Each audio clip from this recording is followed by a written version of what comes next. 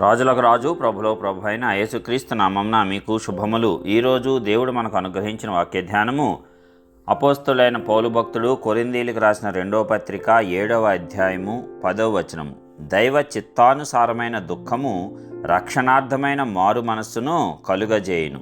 ఈ మారు మనస్సు దుఃఖమును పుట్టించదు, అయితే లోక సంబంధమైన దుఃఖము మరణమును కలుగజేయును. ప్రియులారా, ఈ వాక్య ధ్యానాన్ని మనం పరిశీలించినప్పుడు దైవ చిత్తానుసారమైన దుఃఖము అనగా పశ్చాత్తాపంతో కూడినటువంటిది. ఆ పశ్చాత్తాపంతో కూడి నీకు వచ్చినటువంటి ఆ యొక్క దుఃఖము నీకు రక్షణార్థమైన మారు మనస్సును కలుగజేస్తుందంట. అంటే దేవునిలోనికి నిన్ను నడిపిస్తుంది. నీ యొక్క పాపములను నీవు తెలుసుకొని ఒప్పుకొని విడిచిపెట్టి నీవు సంతోషకరంగా ఆ దుఃఖం ద్వారా మారతావు. అంతే తప్పిస్తే అది నిజమైన దుఃఖాన్ని నీకు పుట్టించదు. దానివల్ల నీ ఆత్మ క్షీణించదు, కానీ ఆ దుఃఖం వల్ల నీ ఆత్మ బలపడుతుంది. నీ యొక్క హృదయంలో ఉన్న ప్రతి విధమైన చెడ్డ ఆలోచన తలంపులు సమస్తము కూడా తొలగింపబడతాయి. కాబట్టి దైవ చిత్తానుసారమైనటువంటి దుఃఖము మనకు రక్షణను కలిగిస్తుంది, మారు మనస్సును కలిగిస్తుంది.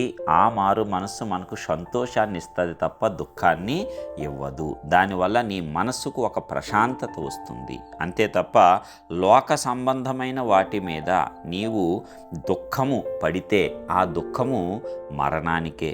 నా ఆస్తి పోయిందనో, లేక నా ఉద్యోగం పోయిందనో, నా వివాహం ఇదైపోయిందనో, నీవు ఈ రీతిగా అప్పుల పాలైపోయానో దుఃఖిస్తే ఆ దుఃఖం వల్ల నీకు మరణము సంభవిస్తుంది. కానీ దైవ చిత్తానుసారమైన నీ యొక్క మనస్సును మార్చుకునేటువంటి, అవును నేను యొక్క తప్పులు పాపములు చేసి ఉన్నాను అనేటువంటి ఆ యొక్క పాప క్షమాపణ గుణము నీలో లభించినప్పుడు నీవు పడేటువంటి ఆ యొక్క దుఃఖము నీకు మారు మనస్సును కలిగిస్తుంది. అయ్యో, నేను క్రీస్తు ప్రేమ తెలుసుకోకుండా ఇంత ఘోరమైన జీవితాన్ని జీవించానా, నాలాంటి పాపి కోసము క్రీస్తు మరణించాడా అని నీవు ఎప్పుడైతే ఆ యొక్క దుఃఖపడి పశ్చాత్తాపం నొందుతావో, అలాంటి దుఃఖము నీకు మారు మనస్సు కలుగజేయుటయే కాకుండా అద్భుతమైన రీతిలో నీకు ప్రశాంతమైన హృదయాన్ని కూడా అనుగ్రహిస్తుంది.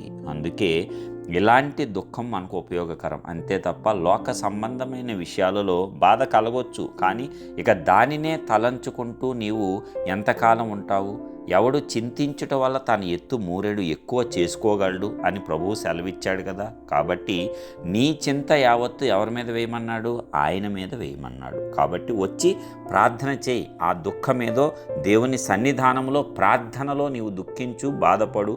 దేవుడు నీకు నెమ్మది ప్రశాంతతనిస్తాడు. అంతే తప్ప నాకు అది అయిపోయింది ఇది అయిపోయిందని నీకు నువ్వే కూర్చొని లేక ఒంటరిగా కూర్చొని కుమిలిపోతూ ఉంటే దానివల్ల నీ ఆరోగ్యం క్షీణించి మరణమవుతావు తప్పిస్తే ఉపయోగమేమీ ఉండదు. దేవుడు ఆదరణకర్త, సమస్త విషయాలకు ఆదరణ అనుగ్రహించేటువంటి వాడు. అలాంటి గొప్ప ఆదరణకర్త మనకు ఉండగా మనము లోక సంబంధమైన దుఃఖం పెట్టుకొని నశించిపోవుట ఏమాత్రము తగదు. కాబట్టి దైవ చిత్తానుసారంగా మనం నడుచుకుందాం. దైవ చిత్తానుసారమైనటువంటి మారు మనస్సు కలిగినటువంటి, క్షమాపణ కలిగినటువంటి ఆ యొక్క హృదయము మన యొక్క దుఃఖం ద్వారా మనకు కలుగునట్లు దేవుని సన్నిధిలోనే మనము మొర్రపెట్టి దుఃఖించి ప్రార్థించుకుందాం. కృప మనందరికీ తోడుగా ఉండును గాక. ప్రార్థించుకుందాం.